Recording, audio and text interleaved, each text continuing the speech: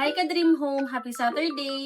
Tara at samahan niyo ako sa isang napaka-productive na Saturday dahil may special buyer tayong imimit mamaya. And you know what? Galing sila sa Imus, Cavite. And nag-inquire sila sa akin tungkol sa ating Hana model sa Minami Residences na favorite ng lahat.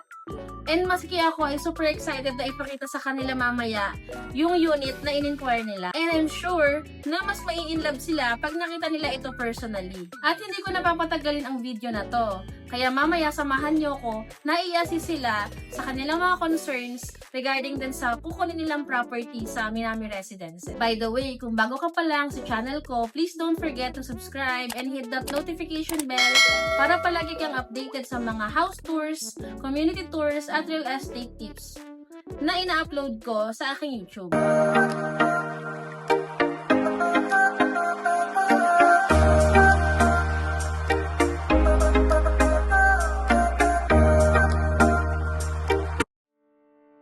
Hi ka-Dream Home! Today is Saturday and samahan niyo ko na i-meet ang aking client para ipakita ang paborito nating lahat na si Hana Model. Una ko talagang pinapakita sa kanila is yung actual turnover unit. Kasama na rin dito yung process, discussion, and syempre yung mga concerns nila about the unit. Lahat yan ay dinidetail natin para smooth ang journey nila. At honestly, every time na dinadala ko ang buyers dito, ako mismo nai-inlove ulit sa ganda ng Hana Model. After namin mag-viewing, nag-usap kami about the process and unit availability. Tapos ayun, nag-decide sila agad kumuha ng perfect spot nila sa inventory. Ang saya nila kasi finally, in God's perfect timing, they reserved their Hana unit today. At syempre, hindi mawawala ang picture taking. Big congratulations po ma'am and sir on your Hana unit. At kung isa ka rin sa gustong simulan na ang inyong #home goals, message me for full details and free site tripping. Baka sa next vlog ko ikaw na ang kasama ko.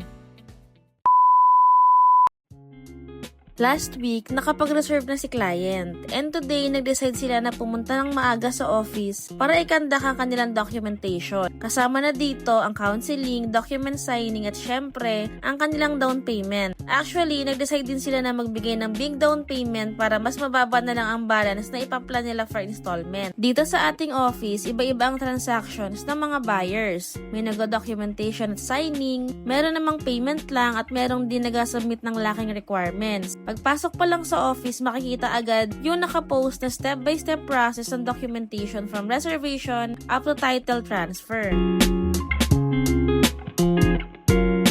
And today, samahan niyo ako at ang aking buyer sa kanilang documentation day. Mag-isimula na sila sa pag-sign ng mga initial documents at pag-fill out ng important information na kailangan para sa kanilang papers.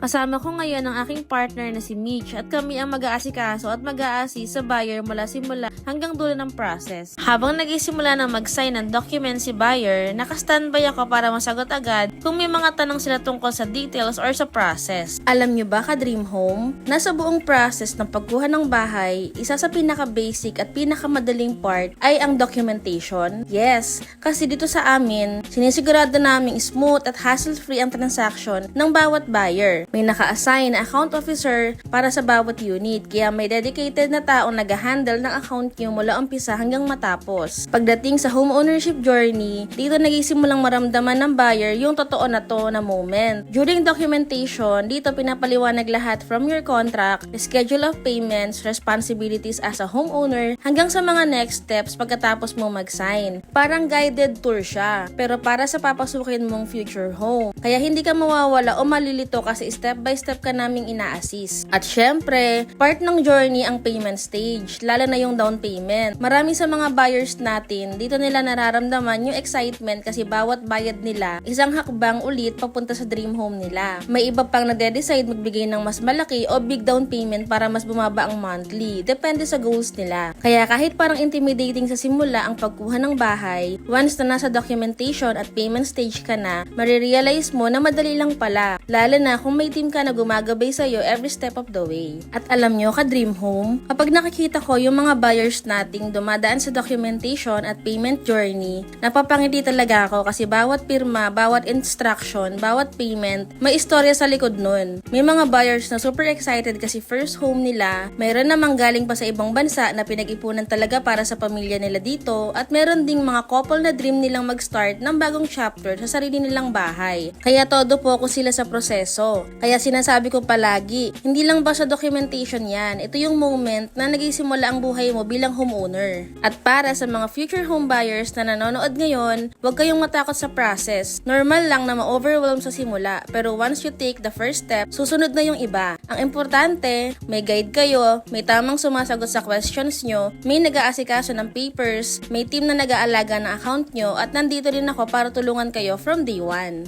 At promise, the moment na makita mo yung unit mo for the first time, dun mo marirealize na buti na lang hindi ako sumuko. Worth it lahat.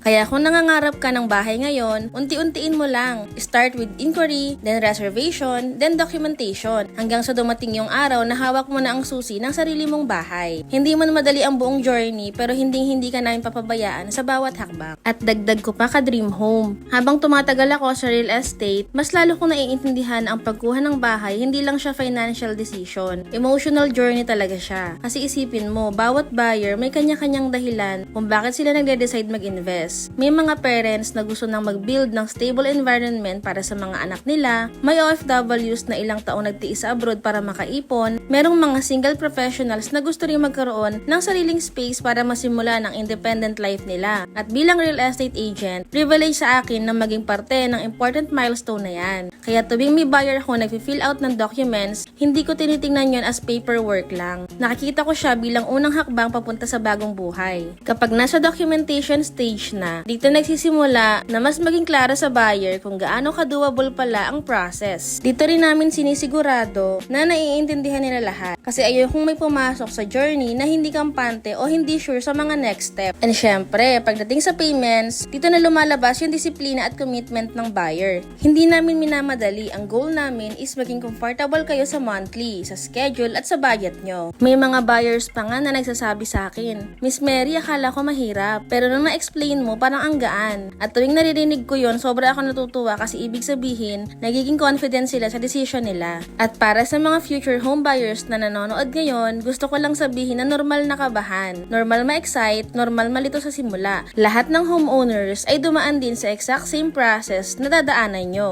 Ang pinaka-importante lang talaga ay magsimula. Isang message, isang inquiry, isang viewing, baka yan na yung start ng dream home mo na matagal mo nang gustong makuha. Kaya kung isa ka sa mga future homeowners, I want you to know na kaya mo yan. Kaya ng budget mo, kaya ng timeline mo, at kaya nating planuhin yan step by step. Basta't pangarap mo magkaroon ng sariling bahay, huwag mong bitawan. Dahan-dahan pero tuloy-tuloy. And who knows, baka next time, ikaw na ang binibisita namin sa bagong Hana unit mo. I'll be here to guide you, kasama mo ako hanggang makuha mo yung pinakaunang susi ng dream home mo. So ayun ka dream home. Let's stop the story muna. Balik tayo sa actual documentation ng buyer natin. Pagkatapos nila mag-sign ng lahat ng important documents, dumiretso na kami sa next step, which is yung counseling kasama ang account officer. At dito na nagsimula ang isa sa pinaka-importante at pinaka-eye-opening na part para sa mga buyers. Kasi dito, mas lalong nagiging klaro sa kanila ang buong journey bilang homeowners.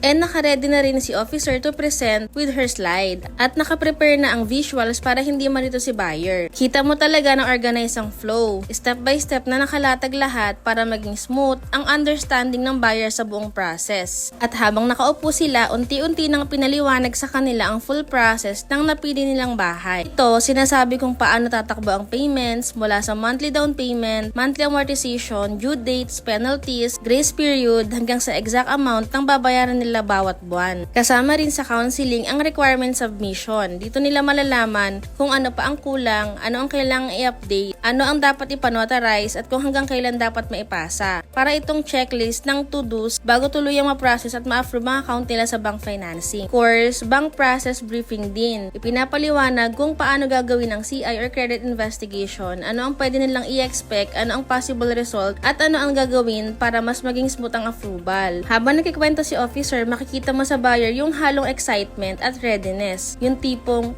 ganito lang pala siya. Kaya pala ng budget namin. Ang linaw pala pag may nag-explain sa amin ng step by step. Dito ko ulit na-realize kung gaano ka-importante ang counseling kasi dito talagang nagiging empowered ang buyer. Habang tumatagal yung session, makikita mo rin na nagiging mas confident sila sa decision nila. Wala nang kaba, wala nang uncertainty, kundi clarity, excitement, at readiness to move forward. Kaya sabi ko nga palagi ka Dream Home, hindi lang ito basta orientation. This is the moment na officially nagisimula ang pagiging homeowner nila. At habang pinapanood ko sila kanina, habang nakafocus sa explanation ni officer, napapangiti na lang ako. Kasi ito na yung simula. Ito na yung day 1 ng Dream Home journey nila at privilege sa akin na makita yun up close. Alam nyo, ka-Dream Home, gusto ko lang i-share sa inyo yung isa sa pinaka-memorable na experience namin sa documentation at home ownership journey ng isang buyer. So, may buyer kami na nag-reserve ng Hana unit last year. From the start, ramdam mo na ang excitement nila. Grabe yung energy, parang bata na naghihintay ng regalo niya. Pero syempre, kasama rin yung kaba at uncertainty. Normal lang yun, di ba? During documentation, makikita mo yung kombinasyon ng excitement at seriousness. Dito mo nararamdaman na,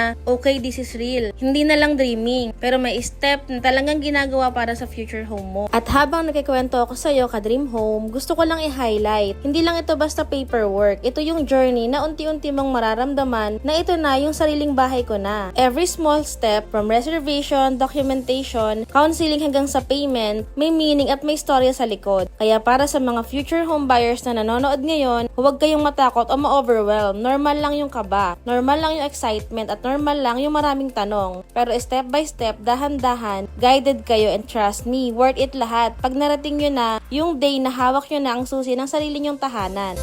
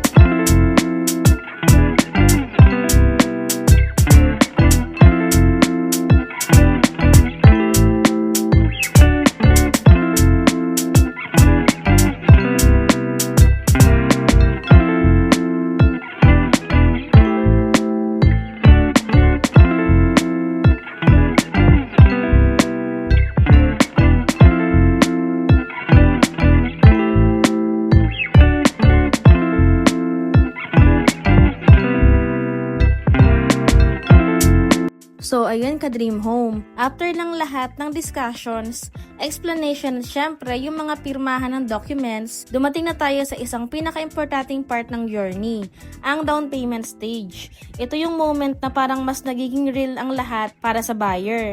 Kasi 'di ba kapag nag-sign ka ng documents, parang nagko-commit ka na. Pero kapag nagbigay ka na ng down payment, doon mo talaga mararamdaman na, okay, ito na, simula na talaga ng dream home namin. Ang ganda talaga ng decision nila ka-dream home. Kasi ang goal nila, gawing mas magaan yung susunod na buwan. Kaya sabi nila, Miss Mary, maglalabas na kami ng half ngayon para ang balance installment na lang namin. Very smart move kasi malaking tulong talaga ito para sa monthly budgeting. Dahil sa bigger initial payment nila, mas konti na lang ang kailangan bayaran monthly. Mas mabilis sila sa timeline at mas maaga silang makaka-move forward sa next step ng processing.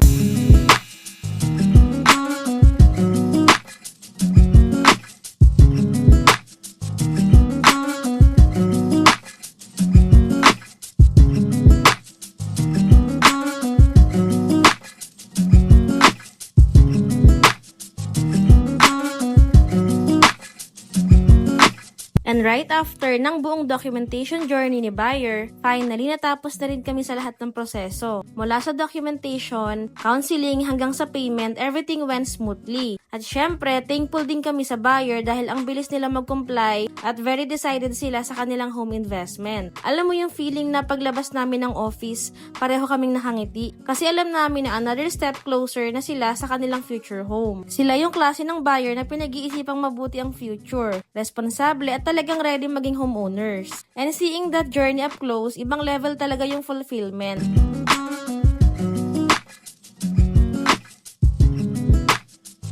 So ngayon, since tapos na tayo sa documentation journey, balik naman tayo sa update para sa inyo future homeowners. Kung naghahanap ka ng available units, good news! Meron pa tayong limited units sa Phase 3 at Phase 4. As in, super limited na lang talaga. Kaya kung matagal mo nang tinitignan tong project, now is the perfect time to secure your slot. Isa pa sa pinaka nagustuhan ng mga buyers namin dito is the location. Ang ganda kasi ng positioning ng units, lalo na yung malapit sa clubhouse. Very convenient kung may event, family weekends, o kung gusto mo lang mag-relax at gumamit ng amenities. Kaya kung ikaw ay naghahanap ng community na close to everything, well-developed at may strong future potential, this is your sign. Check mo na ang available slots habang meron pa. And ayun ka Dream Home. Dito na nagtatapos ang ating vlog for today. Sana nag-enjoy kayo sa pag-follow sa buong journey ng buyer natin. Mula documentation, counseling hanggang payment. Once again, this is Miss Mary and I'll see you on the next home tour. Don't forget to like, subscribe, and share para mas marami pa tayong matulungan na future homeowners. Bye for now and keep dreaming smart!